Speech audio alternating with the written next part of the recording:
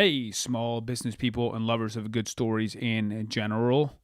Welcome to episode 46 of Small Business War Stories. And this episode is very special because it's going to be the last episode that we're going to be airing from the Soul of America 1 tour. That's a tour that we went from Austin, Texas, up through North Texas to Oklahoma, through Tulsa, Oklahoma, Missouri, Chicago, peaking up in Saginaw, Michigan, coming down through Ohio, then down to Kentucky, and then we went down to Nashville, and then the Muscle Shoals, Alabama, to Mississippi, New Orleans, and back to Texas. And that was a really, really exciting trip. And the episode today is with Kristy Brandabur. And Kristi is an amazing, amazing holistic healthcare practitioner who lives in Cincinnati, Ohio, and she has a lot of really cool stories about how she approaches health problems from all kinds of different angles and works with traditional practitioners. And she's formally trained in medicine, but she also has a lot of really innovative approaches that are really exciting. So I'm excited for you to listen to her and her story in Cincinnati, Ohio. We are going to be airing a few episodes coming up that are going to be based in Austin, Texas, businesses that are really exciting here. And then mid-January, we'll start with airing the Soul of America 2 episodes. And that is the trip that I just finished in October, going from Austin, Texas, all the way to Bozeman, Montana, to the Rockies and back down through Jackson, Wyoming, and then down to Durango, Colorado, and Santa Fe, New Mexico, and I also stopped in Boulder on the way up. It was a really, really exciting trip with lots of interesting guests, but this is the end of the Soul of America 1 tour.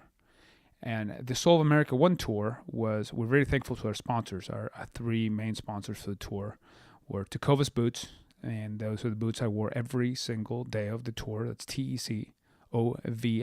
I have their really cool ropers in bourbon, and I was able to, they look really good and feel really good every day with my boots. Please do check them out. They are awesome. I play them out to play music in town. I go you polish them up and they can look more formal. You can wear them with jeans. Awesome, awesome boots.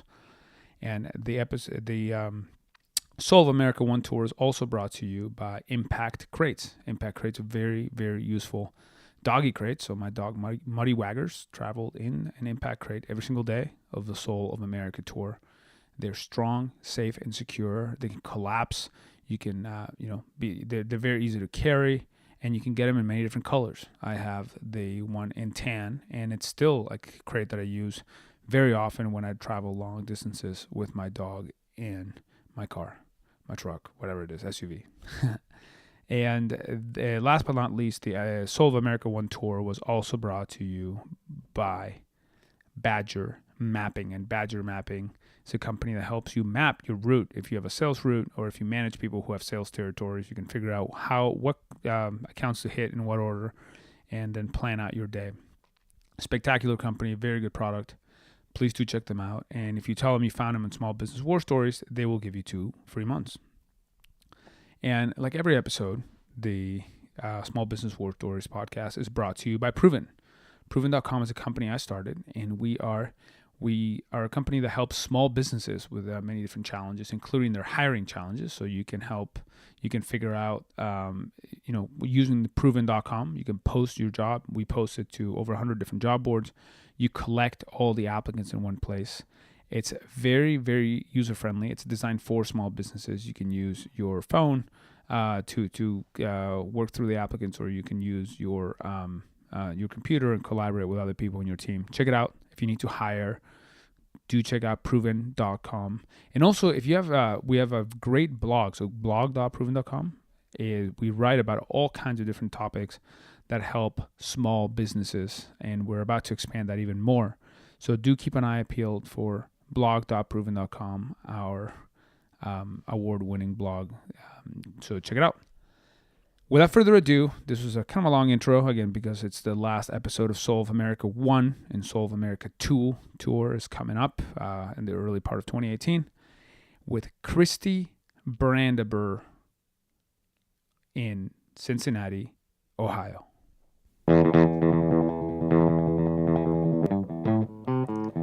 Small Business War Stories. Small businesses are the soul of America. And this is where they tell their stories. I am your host, Pablo Fuentes. And we are live here, and I am here in beautiful Cincinnati, Ohio, and I have the pleasure today of sitting down with Kristy Brandabur of Metamorphosis Holistic Wellness Center. Welcome to the show, Kristi. Good morning, Pablo. Thank you. How are you? I am doing great. Good. I fresh off the road into Cincinnati right here, my first time ever. Excellent. Good. Well, welcome. Thank you so much. Thank you.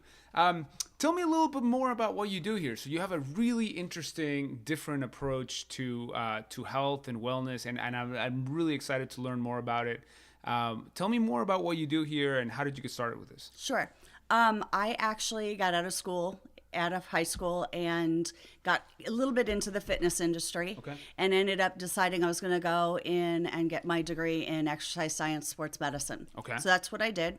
Got out of there, ended up teaching. Okay. For 11 years, okay. teaching health and physical education. Yeah. But all the time I was still working in the fitness industry. Okay. So I was still teaching yoga classes or teaching a Pilates class or teaching a spinning class. Sure. A variety of different things, training people throughout that whole time. Okay. And it was really my passion. Okay. But what really got me going was I also love the end of education. Okay. So for me, the fitness industry, the wellness industry is about education. Okay. It's so much more mental than it is just physical. Okay. And that's something that I really try to enforce with my people. Okay. So what do you do? How would you define it in maybe one or two sentences? What this place is about? It's about education, but what kind of need do you immediately address? The biggest thing that we focus in on is the fact that we are a non-intimidation facility. Okay. Anybody is welcome here, okay. No matter what your physical limitations are, your level of fitness is, it makes no difference to us. Okay. There is absolutely no judgment here whatsoever. If you look around, there are no mirrors. Okay. Because it is what's physical. It's going on. It's about what's going on inside of you. Yeah. Versus what is going on the outside. Got it. Because if you really understand and know the idea of holism, okay. which is the body, the mind, the spirit, we know that all of those things, the mind and the spirit, will control the body. Okay. So the things that you do here then, so you have people do workout routines. We do physical training, personal training. Physical training. Mm-hmm. And then you also do things along the lines of, maybe give me like a full picture of all the things you do here. Okay. Personally, yeah. I do personal training. Yep. I work with functional fitness with individuals with Parkinson's disease and multiple sclerosis and any other neurological disorders. Okay. I teach Pilates, yep. yoga. I am a registered aromatherapist. Okay. So people will come in with medical issues, and instead of taking medication, we see if I can work either with their physician in terms of complementary medicine or just trying something simply like if they're just coming in for migraines, working with herbs and oils okay. in that way. I do Thai yoga massage, which okay. is a soft tissue massage that works around the joints. It's wonderful for anyone. Okay. I'm a certified Reiki master. Okay. So I do a lot of energy healing. I do, trigger point therapy. Okay. A lot of body modalities. Okay. I'm also an end-of-life doula. Okay. So I work with people who are dying, taking them through the process of sometimes when they determine that they have a terminal illness, all the way to the end. Okay. So that's something that I do. I would say the biggest thing around here that I do is I am the nurturer. Okay.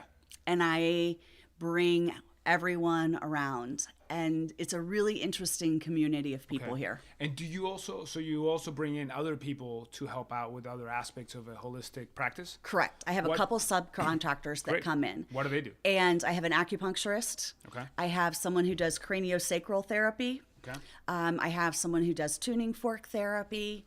I have someone who does a NADA, N-A-D-A acupuncture protocol. I have someone who is an art therapist that works as a psychological facilitator that uses art to help individuals to deal with PTSD and a variety of different things. Okay. I also do EFT, which is emotional freedom technique. It's from Gary Craig. Okay, what is and that is you probably have heard of it referred to as tapping. Okay. It's kind of got on the bandwagon when someone came out and started using this modality. The modality was actually created by Gary Craig years and years and years ago. Okay. But as most everything happens, somebody else gets a hold of it and rolls with it. And Sure. he ended up making very little off of it ever, but that was never his intention. Okay. And now there are people making millions off of it. Okay. So, but it's a method to help to empower yourself, to release past trauma, past issues. So it's a lot of, when I was talking about holistic, the physical body is important here, but more so than anything is the psychological, the mental, the spiritual. And so we really try to bring you full circle so that you truly are whole, not just a healthy physical body. Yeah. Because a healthy physical body means nothing if you aren't spiritually and mentally well. Makes sense. Now, people must come see you for all different types of, and I have so many questions. So people must come see you for all types of ailments and maladies, Yes. of a broad range. How do you triage and diagnose? Like the first time somebody shows up, you're probably not the first resource they came to, right? Right. There are probably other doctors who've seen and other folks, and there are probably people that don't know, what else to do, and they come to you. And then how do you diagnose, triage, and figure out which one of these many pieces to begin working with? Okay, that's a really good question. First off, I will tell you, though, that as a holistic practitioner, we do not diagnose. Okay. So diagnose would be specifically medicinal. Yeah. So typically people who come to me have already been diagnosed Got it. by their primary physician or some specialist. Yeah. They come to me because they have tried those methods and they haven't worked. Yeah. Or they haven't gotten the lasting results that they want, or they don't want to take medication. Yeah. But so if somebody hadn't been to the primary physician and they came to you, you would be like, please go see your primary physician first and then come to me.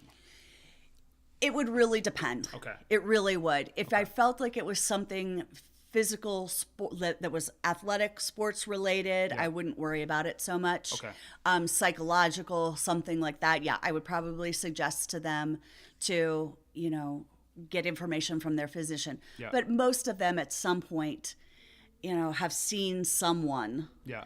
And I can follow up from there. So I get a lot of people who have gone to physical therapy. Okay. And just not gotten results. Okay. What we find in the Western medicine world is that they treat the problem. Okay. So if you came in with a knee injury, they would immediately go to look at your knee. Yeah. In holism, in holistic medicine, what I do is I look for the source. Okay. So I go and I examine your feet and your legs and your hips and your back and try to find out where all this is coming from. Yep. And sometimes what I will find in just communicating with people, which I'm sure is what you experience a lot, is that all of a sudden the inner guts start coming out. Sure. And what I find is that their physical manifestation of disease comes from something psychological or something that they're lacking on the spiritual level. Got it. So I really can't give you examples because of, confidentiality. Of course. But I've seen a lot of people where they come in and they have physical knots in the soft tissue of their body, where I find that by doing trigger point work, or I find that by doing the Thai yoga massage, and I'll find these things. And then as I get to talking to them, and I'm really working on releasing the tissue and giving them the mobility back that they need, and the lack of, the trying to get rid of the pain that they have, they'll talk. Yeah. And as they talk, you start to see all these other things come out. Yeah. At that point, that's where I can come in as a wellness coach. Yeah. I have my certification as a wellness coach. Okay. And I start bringing in these procedures like emotional freedom technique. Okay. And that's where you can basically start figuring out the path for this person. Yep. Okay. So what do we need to really work on? Because I understand you have problems with the physical body. Yeah. But this comes way before. Sure. So it's again, a process of asking questions. lots of questions, lots of questionnaires, a lot of communication. Okay. And I'm very intuitive Okay. to people. I'm one of those people. I am an empath, if you know what that is. It's somebody that picks up on everybody's energy, Okay. understands everything that's going on in a room, Okay. And can sometimes become very overwhelmed. Yeah, that can be an by- asset and a liability. Absolutely, absolutely. And so I can pretty much pick up on somebody right off the bat Okay. as to what's going on. You, like Muddy Wagger's my puppy here. Yeah. That is awesome. He's chill. Yeah. He's totally chill. Yeah. He wants to know when he's going to go find the grass again, Yeah. but otherwise than that, he's good. Exactly. Yeah. Awesome. So how did you develop this methodology? I mean, this must be something that has been your own road that you've continued to pick up and discover things. When you hear of something new, how do you assess whether or not you're going to integrate it into your practice? Because there are thousands of possible things you could be adding. Absolutely. And you're not adding that. You're adding quite a few, but not thousands of them. Right. How do you kind of figure that out? I think the best thing for me is finding what hits me in the heart Okay. and finding where my passion lies, because there is a lot out there. Yeah. The other thing that you have to worry about within the arena of complementary and alternative medicine, holistic medicine, Yeah. is that a lot of it is not based on any research. Yeah. And or the research that's been done is kind of off the wall and crazy. Yeah, that's a great question. So that actually is something that I was thinking about. What's your relationship like with a lot of these GPs and people that maybe went to medical school that have this training in Western medicine? So given that a lot of this is more experiential and intuitive and less, evidence-based research, and like you don't have double-blind studies for everything you do. Nope. What's your relationship to that kind of Western medical community? Are there some people that with whom it works well and not others? How is that? I have found that most of them are very open. Okay. And I have a large community of medical practitioners, doctors, surgeons that come to me Okay. for care. Cool. So because it is that approach of looking at the core of what's going on Yeah. versus just, Okay. the physical training or the mental training. I actually kind of surprised myself at one point where I had someone that I never would have thought in a million years would have ended up here. And they did. And they are a very large part of the medical community here at the University of Cincinnati. Yeah. So it was kind of interesting. Yeah. And And they you had some swear by medical what I training- do. You had some medical training before, right? I did. Yeah. I did. So tell me more about that. So my bachelor's is in exercise physiology, sports medicine. Yep. Then I went back and I got my master's degree in curriculum instruction for medical education. Okay. Then I had years and years ago, when I had just gotten out of high school, I went and got a certification as a medical assistant. Got it. Okay. So I currently teach as well. I teach at the Cincinnati State, which is a local community college here. Yeah. And I'm working with really getting students into the medical profession. And I taught at a local nursing college. I also taught at the University of Cincinnati here in the allied health field. So I do have a medical background, that all stemming from my father. And that probably helps you connect with people in the medical community as Absolutely, because there's a level of communication and professionalism that I can really ride both sides of that fence. So there's an attachment point to that community that you can gives you that sort of strength of that bond, and then you can go into a little bit more. And I think it gives some credibility of course to me. Yeah. So I think that's a huge part. That's really cool. And actually, so let's go back. So we took a little bit of a detour there, but I really do want to hear more about how you evaluate new ideas.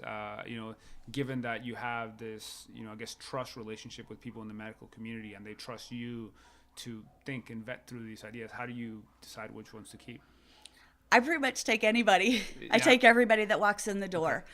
If I But in feel terms of techniques and like right, yeah. and that's what I'm saying is I have to really feel like it's somebody that I can help. Okay. And so if I really feel like it's somebody that I can help, Yeah. then I will use standard protocol. Yeah. For example, my individuals who come in who have Parkinson's disease, Yeah. they vary in stages. There is standard protocol that has been designed for assessing individuals with Parkinson's. I use the same assessment that they use when they go to their neurologist, which may be the same assessment that they use when they go to their physical therapist. I'm using the same assessment here. And so a lot of it is simple things like a stand and sit test or a 6-minute walk test, or can you stand on one foot with your eyes shut? Do you know it's called proprioception? Do you know where your body is in space and time if you shut your eyes? Mm-hmm. And so those are some of the things that we see lacking in those people. So that's where I can really come in and I can assess. Yeah. I assess a baseline. And I say, okay, this is where we are now, and we do 6-week intervals. Okay. So then in 6 weeks, we've worked on balance, we've worked on mobility, we've worked on functional fitness, like getting in and out of bed, getting up and down off the toilet, getting in and out of the shower. And it's not like a occupational therapy where they're doing these little tiny fine things. I mean, I have them rolling over and laying down on a bed and getting up and engaging the correct muscles with them. So I'll push on a certain area so that they can feel it, so that they know how to adapt to their own body. Okay. Because as we know with like neurological disorders, they lose that ability. And so if I can create muscle memory, which is what we call it in my world, if I can create muscle memory for them, if they physically and mentally put themselves in that situation, they can do it. Interesting. And so it's really fascinating. A great example is we play foursquare in basketball and soccer. Okay. People who can barely move freely. And I give them a ball and they start dribbling and all of a sudden the tremors are gone. Yeah. And I check their balance that way. So I may kick the ball off to the right or kick the ball off to the left. Yeah. And I see them moving laterally across the room. Yeah. And their balance is perfected. Wow. And it's really, to me, that's the thing. That's the goal. Okay. Is to find easy functional ways that these people can adapt things into their life where they know they can do them at home or wherever they are and improve their quality of life. Very cool. Very cool. So you mentioned a couple things. You mentioned PTSD and you mentioned people at end of life care. What's your take on psychedelics? What's your take on things? There's been a lot of research done with psilocybin recently and ayahuasca and DMT and different things that can help people that for some reason get lumped into this, I believe unfairly into this other category of like hard drugs, which is completely, they're different things. But do you find that those are things that can help people at times? You know what? I don't deal with any of that, to be perfectly honest with you. Because I really don't focus anywhere on the medicinal end. Okay. I can't, as a holistic practitioner, I can't diagnose, I can't prescribe medication. Yeah. So for me to answer a question like that would be really tough. Yeah, that makes sense. What I do instead is I use things like essential oils. Okay. There's a lot of research being done on essential oils. Essential oils have been used for thousands of years. Okay. Look who brought frankincense and myrrh, Okay. Yeah. And frankincense and myrrh have been found to be extremely effective in individuals with dementia and Alzheimer's. Wow. Because with both of those disorders, one of the first things they lose is the sense of smell and taste. Okay. Well, with essential oils, they pass over the blood-brain barrier. So they don't have to be able to smell it or to taste it in order for it to have its effect on them. Interesting. So we see using like essential oils that kind of uplift people. Things like citruses and things like that are just kind of invigorating. Yeah. We can stimulate appetite.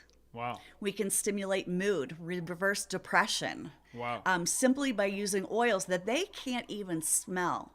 But because of the chemical component of the oil, which is 100% natural, Yeah.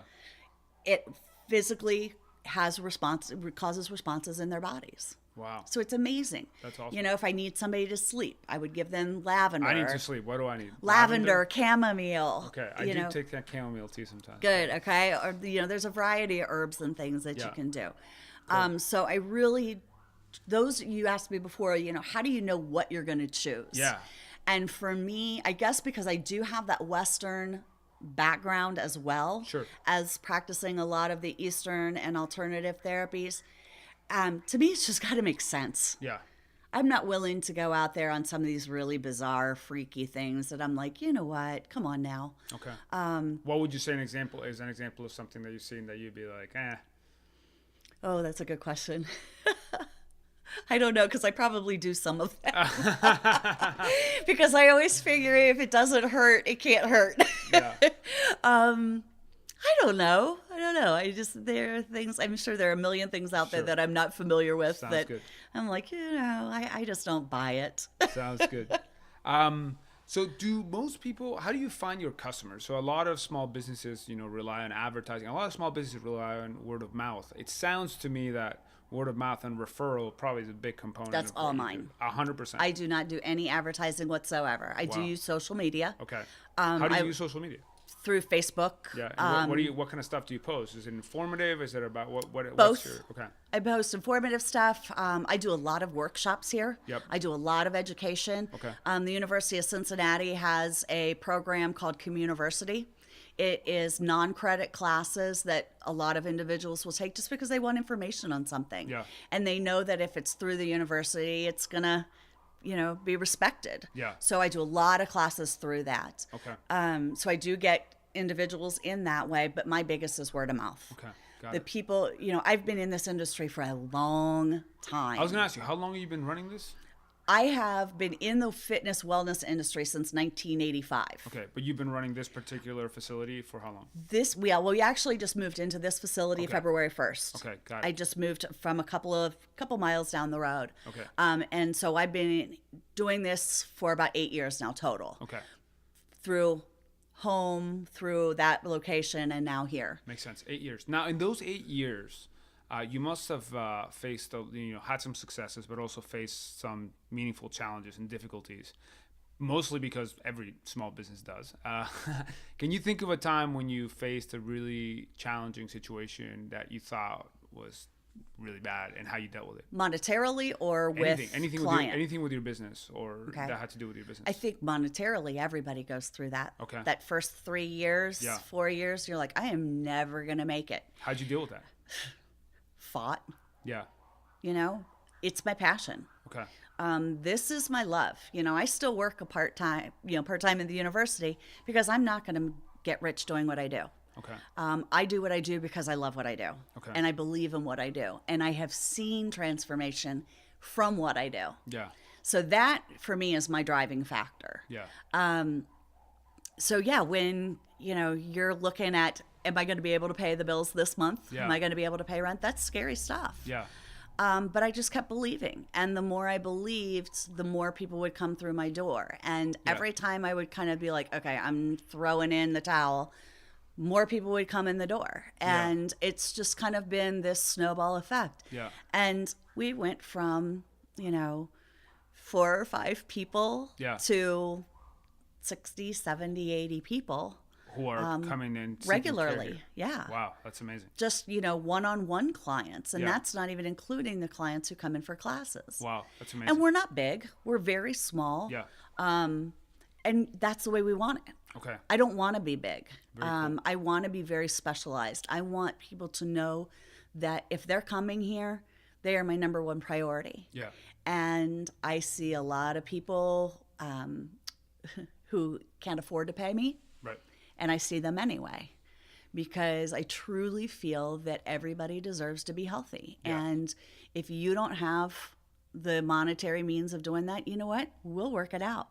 Okay. I have an amazing gentleman. He's got 5 small children. His wife stays home, and he's a school teacher. He's got nothing. Yeah. And fortunately for me, he's 6'8". He was a semi-pro basketball player. He used to clean my ceiling fans. Okay.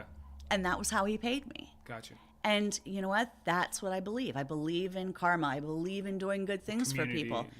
And that's the biggest thing that this place is. This place, if you talk to anybody who walked in here, if you saw them leaving and coming in, you'd go, that is the most amazing community. Okay. Because they smile coming in and they smile going out. Yeah. And that's that non-intimidation factor that we have here, where it doesn't matter if your physical body is, obese. It doesn't matter if you're handicapped. It doesn't matter if, you just have a very quirky, weird personality. It doesn't matter. Sure. Because everyone here is looked at and loved on the same. Okay. And we worship together, you know? I mean, we sit down, whatever your faith may be, if we're doing meditation or, I do a lot of guided meditation with people. Yeah, that's helped me a lot, actually. In a group, I love it. In a group setting, we get to the end and I'm like, whatever your higher power is. Yeah. Who's got people that need to be lifted up? And we come together as a community. And the beauty of that is they know and they trust in each person that enters into this room. Yeah. And we've had our fair share of very serious things happen to some of our people. I bet. And boy, they come back and the tears are flowing. Sure. And it's just TOJs. The tears, of joy. Yep. Yeah. Episode, what was it? 2 or 3, we had a gentleman named Andrew Horn from a company called Tribute, where they basically put together videos for people with all the people that love them and care about them. So we actually did one for my mom's 70th birthday recently, and he said that the biggest measure of their success is TOJs. Tears of joy. I mean, it really is. I mean, you walk in here and everybody hugs each other. Yeah. And that's our guys, that's our girls. It's just an amazing community of people. Yeah. And what I found is that the people who flock here, we're all alike. Yeah. We're all very compassionate people. We believe in the good in the world. And I really promote and encourage them to spread that light. Yeah. Because as you were saying, we're in such a state of diversity in our country right now. Yeah, it's division for that sure. We have to try to bring unity together. Yeah. And if it's my little core of people here, and we do a lot of service work together, where we serve a lot of different parts of the community. What do you guys do? Well, we have what is called our Sisterhood Circle. Okay. And our Sisterhood Circle is women that range from 18 to 78. Okay. And everywhere in between. We meet once a month. Okay. And we come together and we talk. And we talk about issues and we talk about things. And then we always have a group of individuals, at least one group quarterly, that we really work towards gaining, whether it be items or support or however we can help them. Over the winter, I don't know if you happen to see it, but it shocked the hell out of me. There was a video that was on Facebook, and it was, what do homeless women do when they're having their menstrual cycle? Mm-hmm. I went, as a woman, I went, oh my God, I never even thought about that. Yeah. Never thought about it. And I mean, we've done a lot of work with the homeless community. And I thought, my gosh. So that was our project. We raised and collected just a ridiculous amount and provided it to the women's shelters here in the city and some of the homeless shelters and some of the domestic violence centers, and just really reached out to those people. Yeah. And, we always do the food and things like that. Not necessarily at the holidays. Everybody does at the holidays.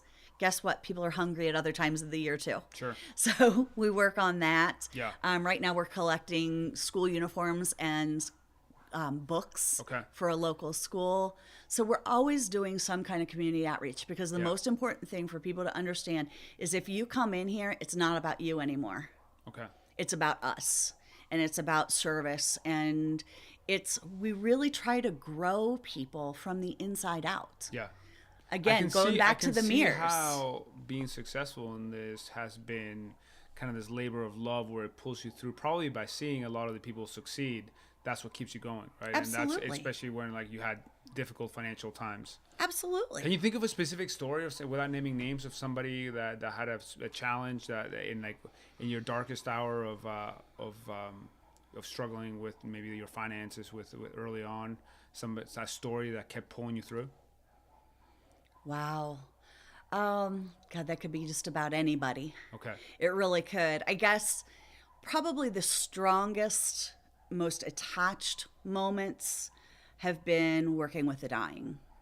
Okay. Tell me more about that. And knowing that at the end, there was going to be no more income from them. Yeah. And it's not a large monetary, amount that I charge. But I mean, sometimes I'm running errands or I'm doing at least just caregiving and I go to the home and I do massages and quality of life and really just trying to make people feel better. Right. And realizing, wow, at the end of this, that little monetary income, which helps, is gone. Right. And how do you manage to find still that love and compassion, knowing at the end of this, you're going to have a loss. Yeah. Emotionally, yeah, physically, and monetarily. Do you get compassion fatigue? I think I always have compassion fatigue because I am an empath. Okay. I would say that is a tough area for me. And so I have to really make a conscious effort to try to stay grounded. Okay. Trust me, my husband has been there when I get home in the afternoon every once in a while and I'm in tears. Mm-hmm. And he's like, what's going on? And I'm just like, I don't know how I deal with some of these things sometimes. Yeah. What do you do to ground yourself when you need it? I would say my biggest thing is meditation, breath work, pranayama. Those are probably my biggest things. Spending time with my son. Yeah. And really, I really love my alone time. Yeah. I really do. And it gives me an opportunity to decompress. Sometimes it's just a matter of laying in an empty room. I have been known to lay in the middle of the floor here. Yeah. And just lay there. Yeah. And just try to really breathe through it. Because I have people who are facing some really serious challenges. Yeah. And like I said, I really can't go into those too much because it's not fair to those people. But with the lack of money for their bills or things like that, or a lack of medical care, we've got somebody right now who her parents both passed and she has a physical handicap and she can't get disability and she is unable to get Social Security and she's 21 years old. Wow.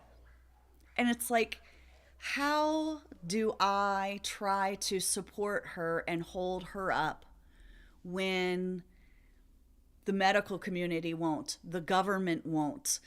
She has nothing.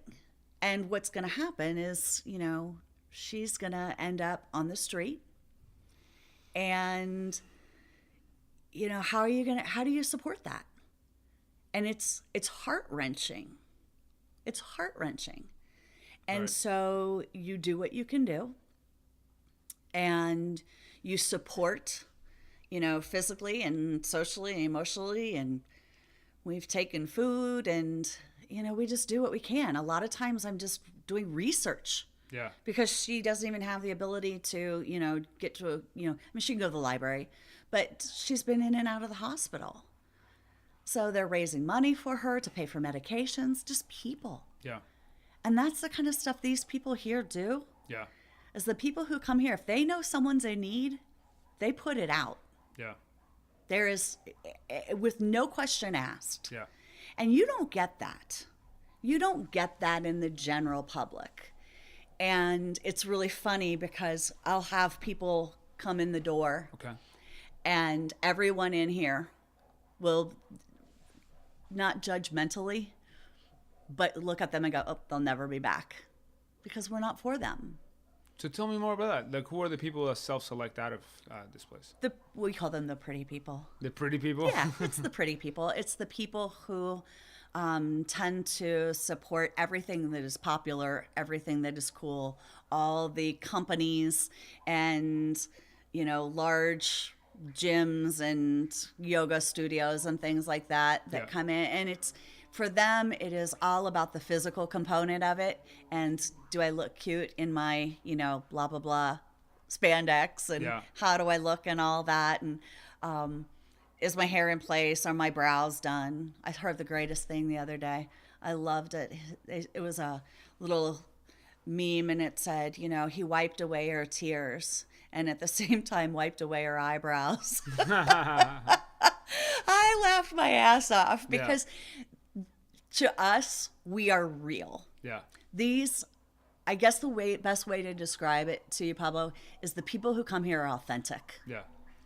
And so when somebody walks in that is expecting, everybody to be in perfect condition or to drive a BMW or whatever, they're never coming back. Okay. Well, because they'll find their way to, when the time comes, right?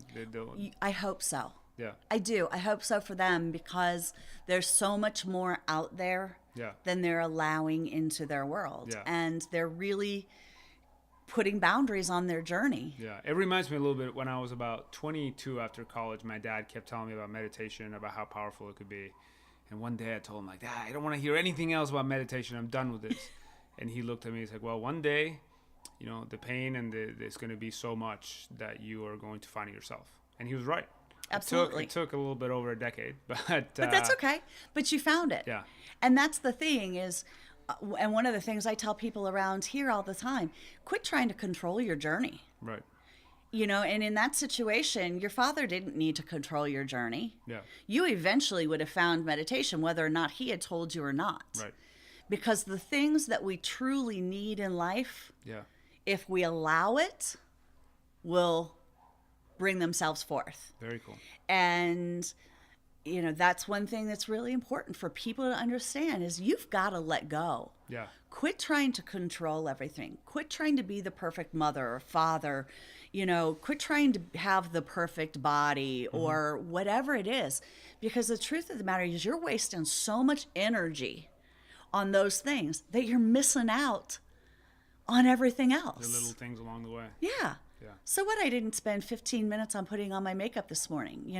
I saw the sunrise. Yeah. There you go. That stuff's cool to me. That's awesome. That's what's important. And I think for me, I've really transformed into realizing that those things don't necessarily matter. And sure, they're nice to have. But you know what I can do without? Sure. But what I can't do without is my peace of mind. That makes sense. Cool. So it seems like you built something really, really great here. How do you see this going for the next 10 years? I mean, what's your vision? Well, I think I mentioned it earlier. I don't want to be big. Okay. I don't want to be big because I think that takes a lot away from it. Yeah.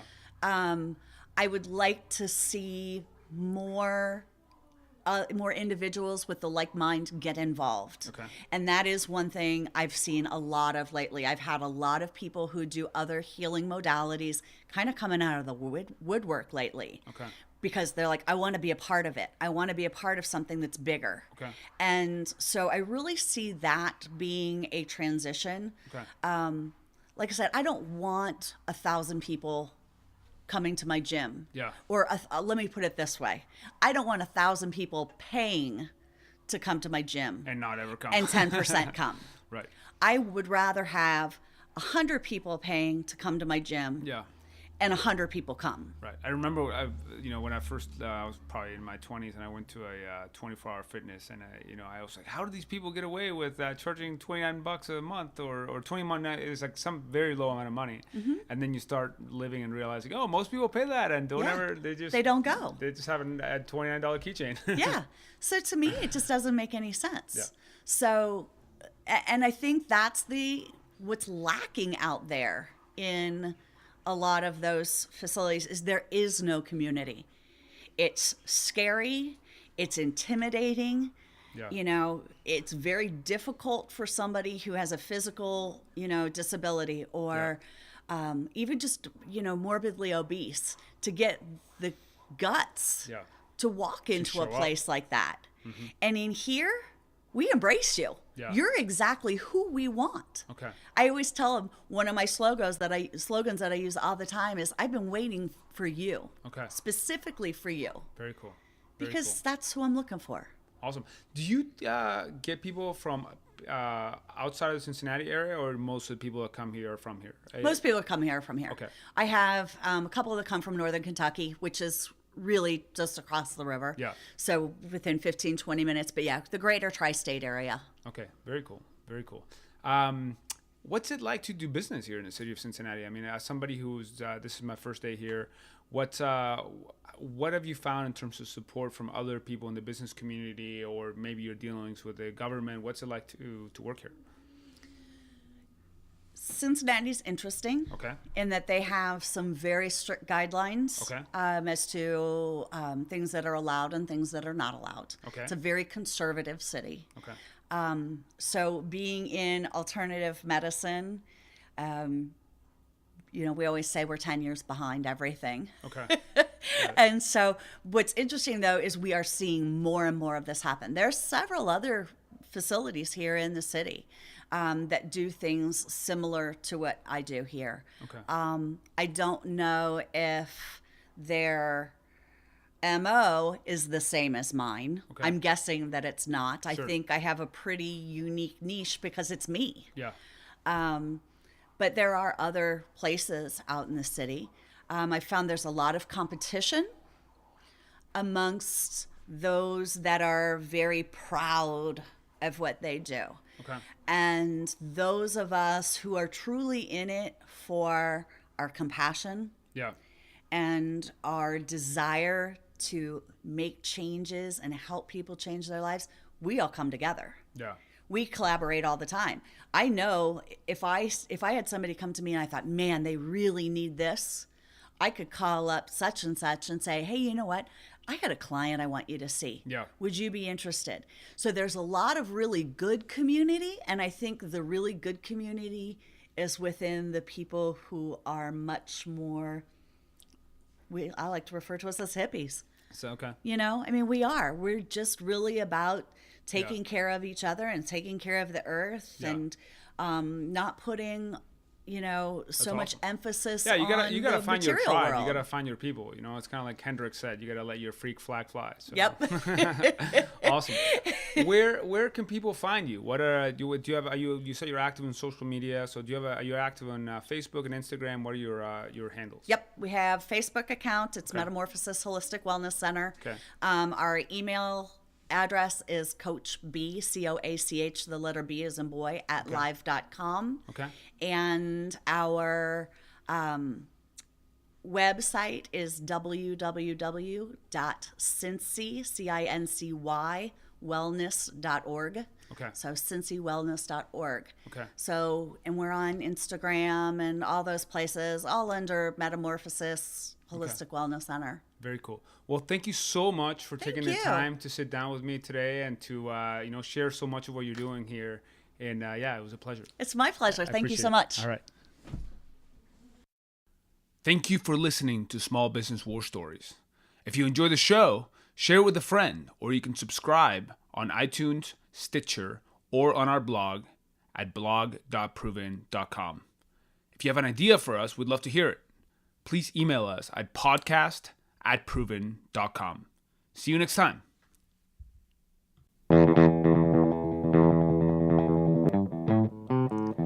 Small Business War Stories. Small businesses are the soul of America. And this is where they tell their stories.